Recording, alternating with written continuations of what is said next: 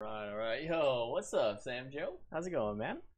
Let me go ahead and flip over to what we're going to be talking about today. It's the fun way this time around. We got 16 teams to talk about today. 16 teams. This is a lot because of the way that our rules changed. So let's go ahead and just kind of introduce this. I'm going to be putting all of this up on YouTube. You don't have to worry about, if you miss the stream, it's not the worst thing for it. What's up, little diets? Little diets? Not sure if it's diets or diets, whichever we want to say it, but hey, what's up?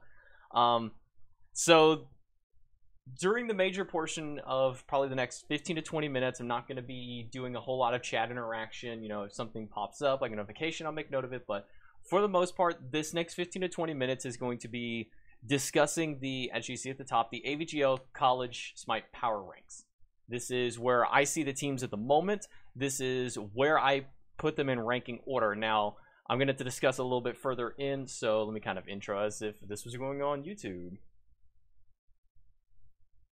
What's up, guys? It's J-Mac Tucker here with the AVGL Collegiate SMITE League, and we're bringing a Power Ranks video, a little bit of a discussion this time around. So this is live streamed here on my channel, J-Mac Tucker, on Twitch, but I'm going to be uploading this here to YouTube, as you can see. So in this video, we're going to be taking about 15 to 20 minutes to discuss the top 16 teams in the AVGL's SMITE League right now.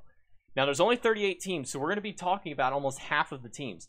And the reason that I've broken this up into the 4 sections that you see is because this season, instead of only taking the top 2 teams per division, we're taking 4.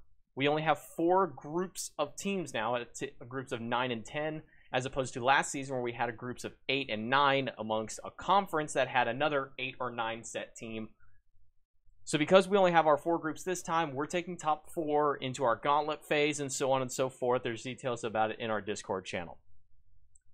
Each of these 4 sections is going to be dealing with the number 1 seed, the number 2 seed, number 3, and number 4 seed of each division So if you're in the Celtic division, you're only going to appear in one of these spots. I'm not going to have 3 teams of the Celtic division here because by the way that our league formats, it is impossible for 3 Celtic people to end up in the finals together. We are only taking 1 per division. So that's why the 1st through 4th place is only going to have 1 per division.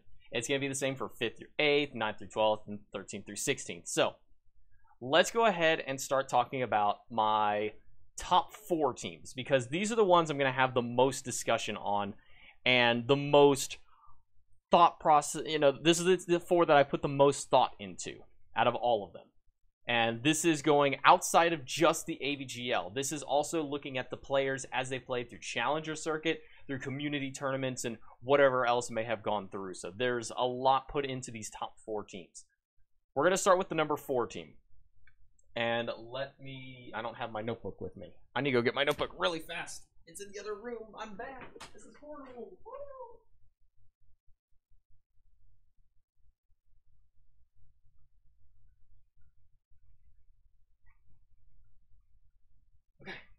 Sorry about that. Super unprofessional. Didn't have my notebook with me. I know, I'm terrible. But here we go. My notebook. I'm putting a lot of thought into this. And I actually had to move around a team or 2 throughout this. You may have saw my tweet on Twitter. I put a thing up there that said there's already been a shakeup and I haven't even done this video yet. Looking fresh? Dang. I had to look over at chat for that one. Thank you, Sam, for that one. I've already made changes to this list since I originally made it, and I made it yesterday. And since yesterday, I've already made some changes to it. But we've got them here. Unfortunately, I don't have the logos for all of the teams. I need to get all of those for the next time. But until the next time, right now we just have team names and beautiful white font. So we're going to start with the number 4 seed.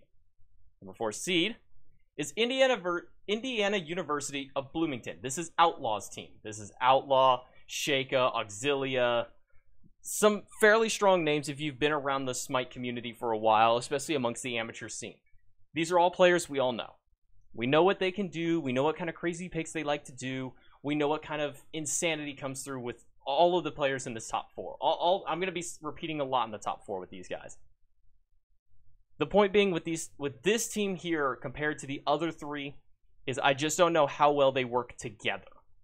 This squad is what I'm going to call Mojo Cat 2.0. And I'm not calling him because it's Mojo Cat. I'm calling it because last season, Mojo Cat put together an extremely powerful squad of strong players. But that's all he did was just get a bunch of players. He didn't get a bunch of team players. And right now, that's what Indiana University is looking like to me on paper. This is without watching a bunch of their matches. This is without going into a whole bunch of detail and watching scrims and seeing how they perform off camera. This is just looking on paper. This is a bunch of just really powerful ranked and challenger circuit level players all just kind of thrown together. And out of the four teams in the top four, this is the one that just looks the weakest. So that's why I have Indiana University of Bloomington at the number 4. Number 3. This is the one I'm going to get a lot of shit for. CUNY, College of Staten Island. This is under a new name compared to what it was last time. I don't even remember what their official college was last time off the top of my head. I know I have it somewhere while I try and figure out the image for it real quick, because I know I've got that picture. Actually, it might just be right here in this folder. Nope, that's the wrong AVGL folder. Anyways, this is Collateral's team. This is Collateral's team. The difference between this Collateral team and last Collateral team, oh, here it is. It was Salisbury University. Salisbury. There it is. I remembered it. And chat caught it before I did. I'm sorry. I'm terrible with. How can I forget the Salisbury Seagulls? The dude with, it's like their seagull mascot's like, what are you gonna do, bro? I forgot it. So Salisbury University. It's a few of those members plus a few of Stony Brook's members. Mort Brooklyn and I believe Sir Bomberman joined the squad, and then you have Collateral Fatal, you have Dansland, and one more. So this is Collateral's team, and I'm putting them at the 3rd rank. And here's the reason I have to put them at rank 3 for the time being. Inside the AVGL last season, we ranked them number 2, and their partners ranked 2nd. So you would think that this is the number 2 team, if not the number 1. The problem is, I haven't seen Mort Brooklyn have any kind of relevancy in this last 6 months. I haven't seen much relevancy out of Sir Bomberman last 6 months. And honestly, out of the whole squad, Collateral looks like the best player, and he's the support. And then you've got Fatal. And Fatal's a feeder. I mean that lightheartedly, but when it comes to this team, I don't see any single person who is going to be the strongest leader for them outside of Collateral. He's probably the best performing player on the entire team right now. And to have your support be the one who is the best performing is not a good look for your team. But these guys have synergy together. Collateral and Fatal have been together for as long as they've been playing in AVGL. And probably well before that with the Slaughter Slugs. Mort Brooklyn and Bomberman have had some, they've had some work with each other. Sam for Soccer, I believe, was on this roster, but now he's SPL, and so he's gone. And losing Sam is a big hurt to this team because they needed a good jungler around with them.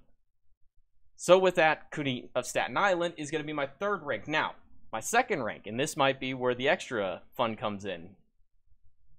Consumnes River College, or however the hell you say it. This is Bruh's team. Bruh, Xenon Hawk, CMO. These are this group of players. The reason I can put these guys above Collateral's team is just because of individual performance from these players throughout the last 6 months outside of the AVGL. Outside of AVGL, these guys have just been performing better than the squad of CUNY Staten Island. So while they may not have all played together, or while they may not have all been a big part of a single team at any point, the couple little pairings here and there are stronger than the couple pairings that are on CUNY Staten Island. I think individually, CUNY's players might be a little bit better, but it's not about who is better in one single lane, it's who is better as a team. And I think that as a team, Consumnes can do better, especially with Sam for Soccer no longer on the Staten Island squad. And now, no surprise, if you've been around the AVGL and you've seen the rosters, Tarrant County College, number 1. There's honestly no way I could not put these guys at the top. The only person on this squad they lost is Fine OK this time around, but they lost Data Remember going from Season 3 until now. That means that they don't have their big Hunter player. Now, Data Remember was not the hardest carry for their team all of last season. We saw in the finals that really it was only Game 3 that Data Remember had the biggest impact for his players. It was Puckham in the jungle, both of the last 2 games, that really helped determine it for their team. This is a returning squad of majority players. Puckham, Osath. I know this. Puckham, Osath. Ytry is coming back, and Ytry has played with these guys before. Glavis is joining in the ranks of their jungler. Cardiac is back. That's the other one I was missing. So Cardiac. These are guys who have stuck together before. These are guys who have been playing for a while. And 3 out of the 5 players coming back are champions of last season. It's hard to argue against the champions at this point. Now, obviously, this can shift. This can adjust. But just based off how these players all perform individually and as a team in the past, in the present, this is just the dominant team. It's just too good to they're just too hard to argue against right now. I need to be proven that these guys aren't the number 1, and really the only time that that's going to happen is in our semifinals before the LAN. So is somebody going to take them down, or I guess I could say in the seeding phase. The seeding phase beforehand, I do believe that we added that into our schedule this time around. Don't 100% quote me, but I believe that we have included a pre-semifinals round robin this time around. So that could be where Tarrant County falls apart, because out of their roster, oh, and they picked up Ratcheteer as well. Who is gonna be their mid, or not their mid? Who's gonna be their hunter? Is it gonna be Puckham? Is it gonna be Cardiac? And if Osath, because Osath has been a support player as of recent, is he going to be supporting because Ratcheteer's on the team now? Or is Ratcheteer going to support and Osath move over to solo and Puckham go into ADC? There's a lot of up in the air with this team, but I know that Osath can play multiple roles fine. We know that Puckham can play multiple roles fine. Ratcheteer is a very strong support. Ytry, we know what he can do on mid. This is going to be a squad to fight against. And though they may be 0-1 right now, that was just because they couldn't field a roster week 1. So don't let their current record show anything against them. And I will hold that to them as, wow, guys, the only loss you had so far is just because you can't show up. Nice job. Welcome to college life. But, all right, so the top teams are out. We got the top teams covered. This is where most people are just going to clock out. But this is where I must continue because we still have 12 other teams to go. We're going into our second seed teams. These are the teams that have the potential to become first seeds, but they have to prove it against these big boys here. These are teams that have some big names on them, and they have the best potential to fight against the first seeds. First one up, North Carolina State University Red. And this is... No, oh, that's 8th seed. I'm sorry. This is Chief Blue Screen squad. Chief Blue Screen has brought his team back. They didn't perform the best last season. They didn't perform the worst. They were just kind of in the middle, and kind of unfortunate for the Norse division. They don't really have the biggest spread of players in there. It's kind of just the collateral show in that division. Norse is kind of the collateral show in Cooney Staten Island. Do I think that North Carolina can beat Cooney Staten Island? I've seen crazier. I'm not saying they can, I'm not saying they can't, but I've seen crazier things happen in SMITE. Really, there's not a whole lot to talk about with this squad in particular because of they're up in the same division as Collateral Squad. Now, moving into our next one, University of California, Santa Cruz, the god himself, Omarcio 64 squad. Honestly, out of the entire Mayan division, it's Brad's team with Consumnes River College, and then it's Omarcio, Kiseme Kid, and Hoppin. You're looking at these ones. And out of the 3 below Consumnes River, Omarcio's team just looks the best. They're back. The Scrim God himself, the god Omarcio, is back, and I was asked one day why I bring so much emphasis to Marcio, and it's not because he's the best player out there. It's not because he has the best team. Marcio is a guy who is so driven to improve. Every day last season, he was asking for scrims. In the off season, he was asking for scrims. This guy is on a nonstop grind for the top, and I want to see him get there. Can he take down Bruh's team of powerhouses? That's up for debate. His is more up for debate than North Carolina's is, because we're not sure how Bruh's team is going to all perform together. Marcio himself has looked a lot stronger this season. His mid laner Lyris looks very good as well. Will those two be enough to help carry? Again, up in the air. A lot can happen between now and the gauntlet, because that is where these teams are going to be facing off outside of the main season, is the gauntlet. We're going to move on to our number 2, which will be number 6th place. Our 6th place team is Florida Poly Purple. Now, I did not even consider this team to be in the top 4. Until, and this is where I made a correction into my power rankings, I did not ever consider Florida Polytech Purple. I looked at their captain, and I moved on. That was my mistake. Because then I took a look at their roster today. I looked at their roster last night and today. And I looked at their first matchup. This is August, RoboDev. These are players who played last season, making their return. Ob the Worst. He's back again with this team. And the team that I put at number 2 originally got absolutely destroyed by Florida Poly Purple. My original bracket here, and I will put this in here. I wasn't going to originally. I was just going to say, you know what, they weren't in here, it didn't matter. No. I had CJM21's team here in the number 2 position. CJM from Georgia Tech Yellow. I had his squad in here as my number 2.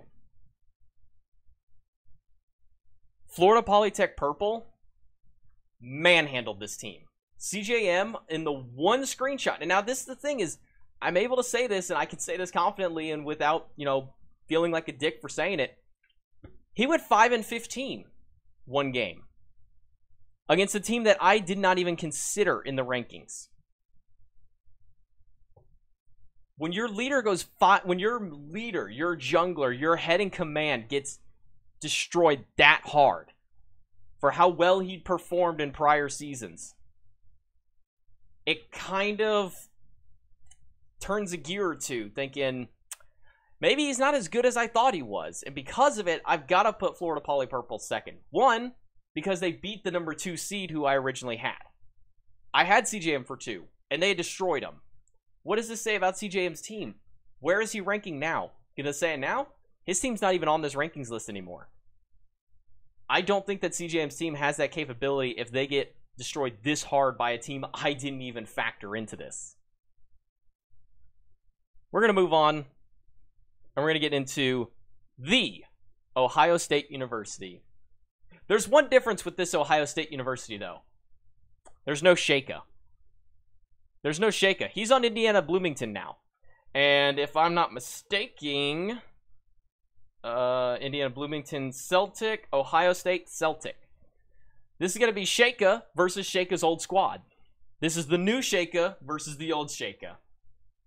New Shaka looks a lot stronger than old Shaka looks a lot stronger than new Shaka. Let me just say it like that.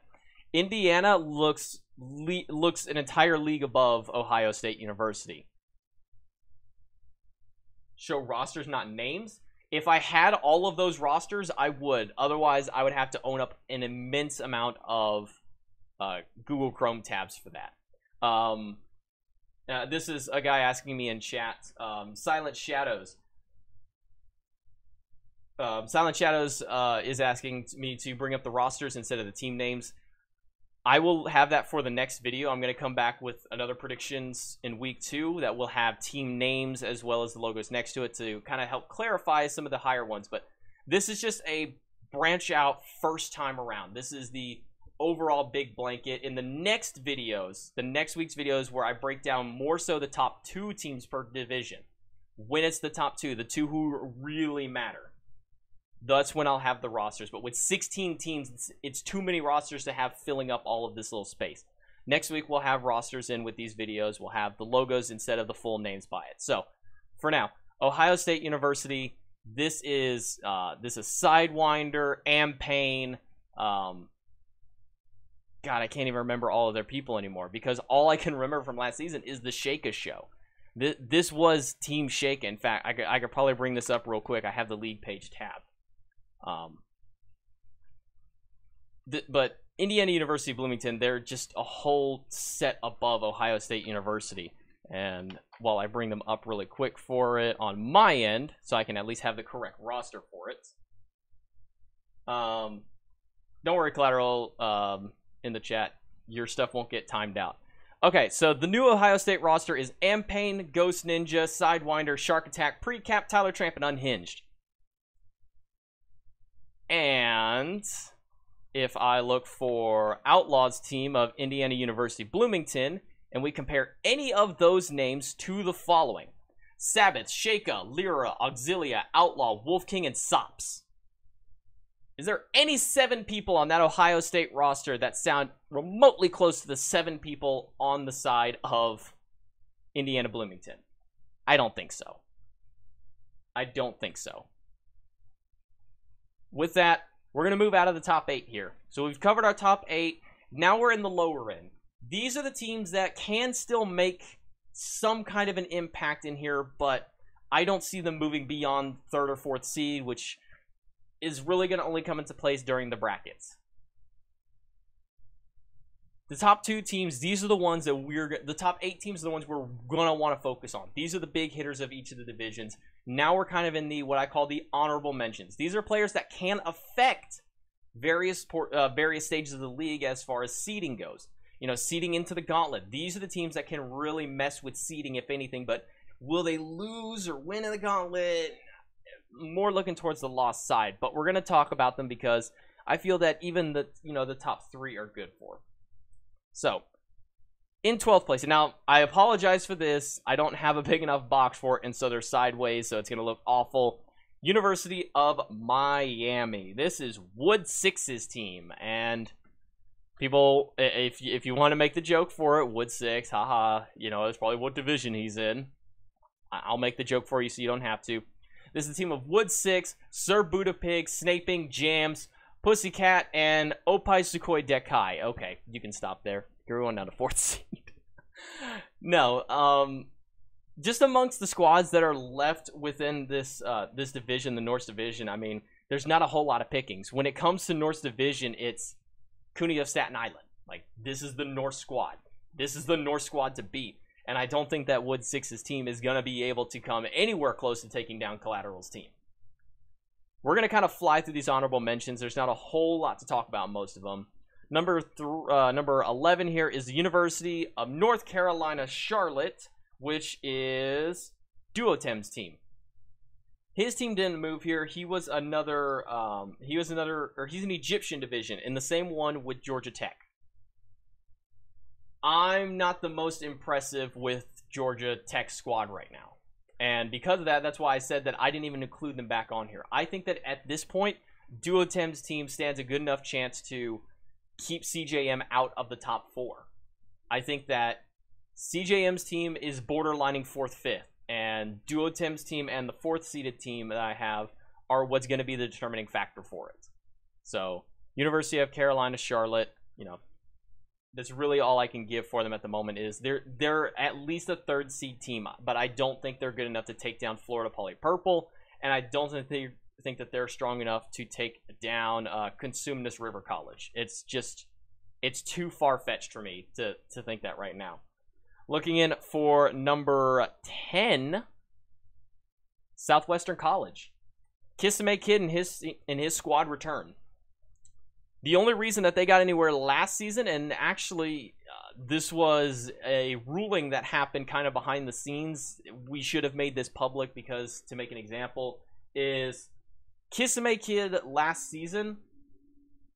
Kid's squad last season broke a rule, a big rule in the AVGL, and we honestly probably should have made an example of it. Is Kisabay Kid brought illegal players onto his roster. He played with unregistered players, beat Calvin College, knocked them out of Gauntlet.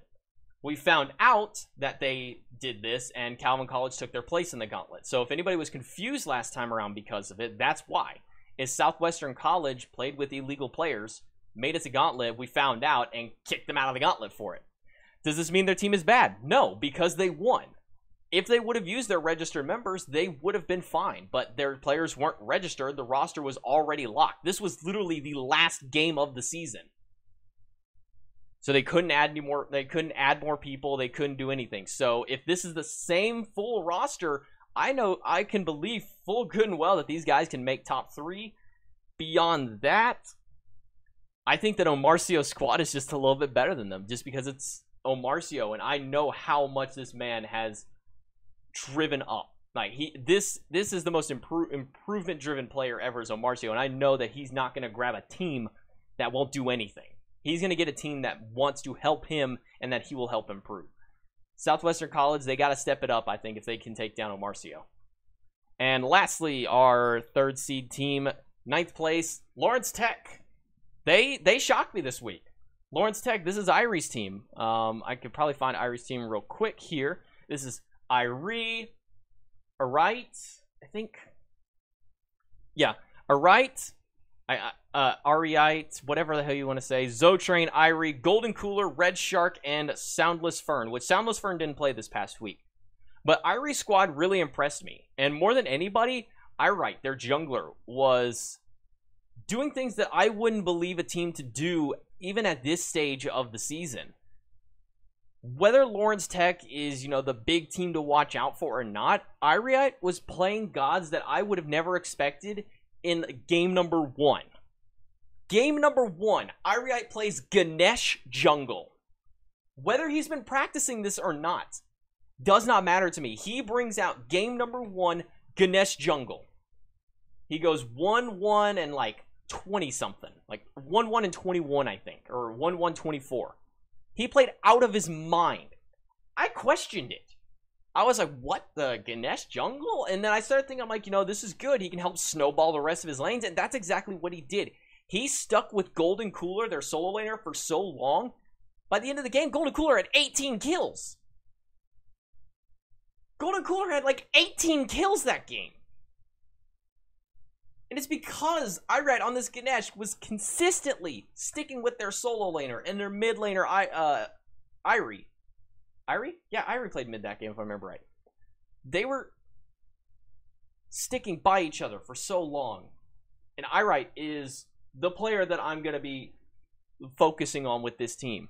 I remember Zotrain and Irie from last season. They played all right. They didn't get too far.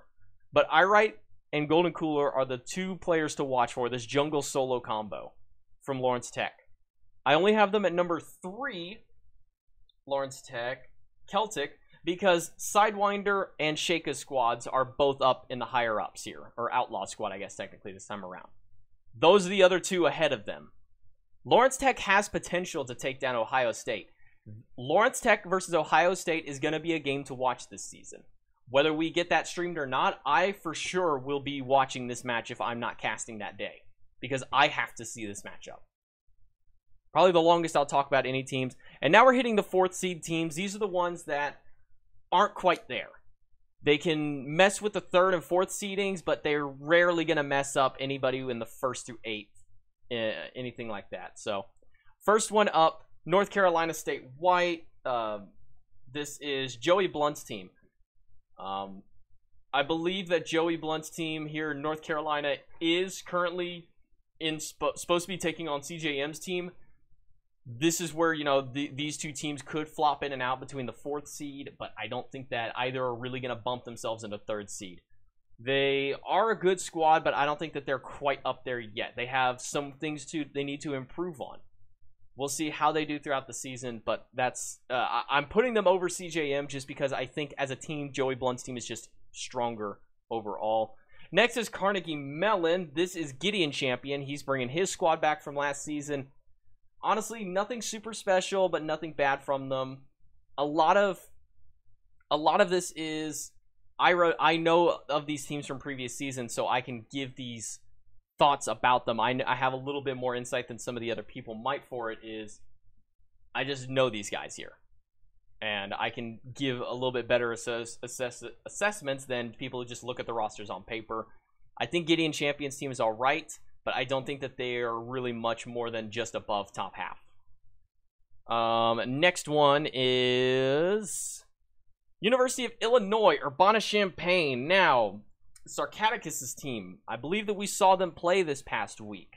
And they played their Celtic. They played against Lawrence. No, they didn't play against Lawrence Tech, did they? No, they did not play against Lawrence Tech. Let me get Urbana-Champaign up here, because I need to check who they played this week. They played University of Wisconsin, and they split out, or they won out 2-1. And the 2-1 was just because they had a better late game, honestly. They're nothing super great. They're nothing bad. I think that there's a good team synergy with them. They have that potential to get there. It's just now they need to step up come the next round of games. Come the next set of big players, they've got to step it up. But for now, I can only really put them at 4th seed.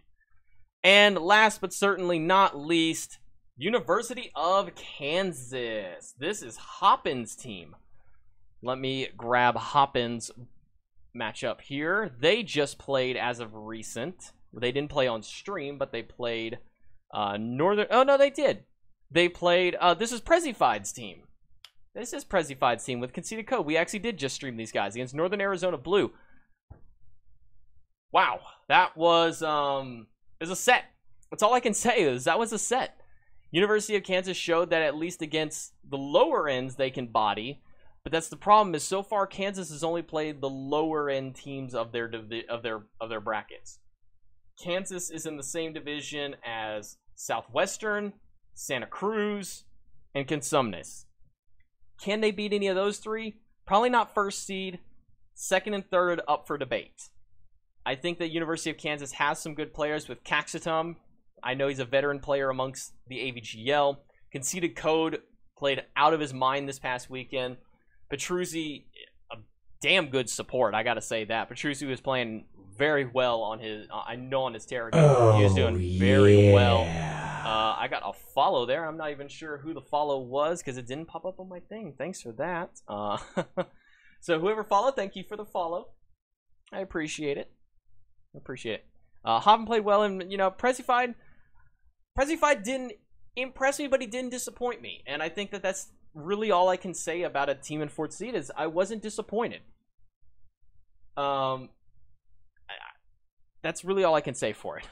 I think that's about the last points I can make. So here are your top 16 teams of the AVGL as of week number 1.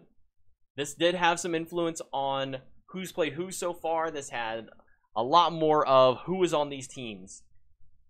This is all we got is right here in front of you. 1st through 4th, we'll review it again. Tarrant County College, the Puckham squad, Consumnes River, Bruh, Xenon Hawk and his boys, Cooney Staten Island. Oh my lord, we got it again. Another follow, whoever that was. Thank you. Thank you for the follow. I'll check my Streamlabs after just to make sure who those were. Oh yeah. Jesus Christ.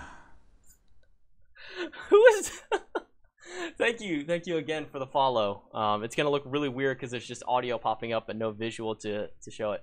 Cooney Staten Island, Collateral, Fatal Squad, Indiana, Bloomington, Shaka and Outlaws, new crew. 5th place, Ohio State. This is the old Shaka squad.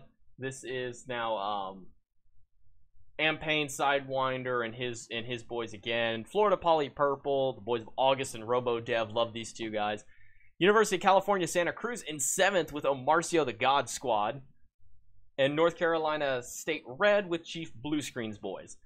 Then over into 9th place, Lawrence Tech with Irie and Irite. The teams this is a team I'm going to be keeping close eye on. Southwestern College, the Kisame kid. Hopefully his roster is legal this time around. Otherwise, we may be seeing another situation. University of North Carolina, Charlotte, Duotem's team. Another one in CJM's bracket who can upset CJM out of it. We'll see how it goes. University of Miami, which is Wood 6. 13th place, University of Kansas. They played pretty well this weekend, but I got to see what they can do against the big boys. University of Illinois Urbana-Champaign. Again, another team that did all right against a considered lower end squad team. I got to see what for basically 9th through 16th is what can they do against the bigger boys? What can they do against the higher seeded teams, the higher ups? Carnegie Mellon, same thing. Got to see what they can do this week. And North Carolina White, once again, I got to see it. The 3rd and 4th place seeds, I want to see what they can do against the 5th through 8th. And if they get up to the 1st through 4th, what they can do against them. The teams I'm looking out here for upsets. Ohio State and Indiana Bloomington, got to see this. Florida Poly Purple and Consumnes River, have to watch this matchup as well. And then Lawrence Tech and Ohio State. These are probably the big 3 matchups I'm looking at come pre-semifinal, pre-gauntlets. So with that being said, that's all for this segment of the stream. I'm going to be opening up the board for Q&A here in just a moment off the video. So when it hits video, this is long. It's 30 plus minutes. It's a lot of information to cover, and I'm going to do some annotations to kind of hit through there onto it. So by this point, you'll already have been to the video, and you already would notice annotations. So with that said, thank you all for watching.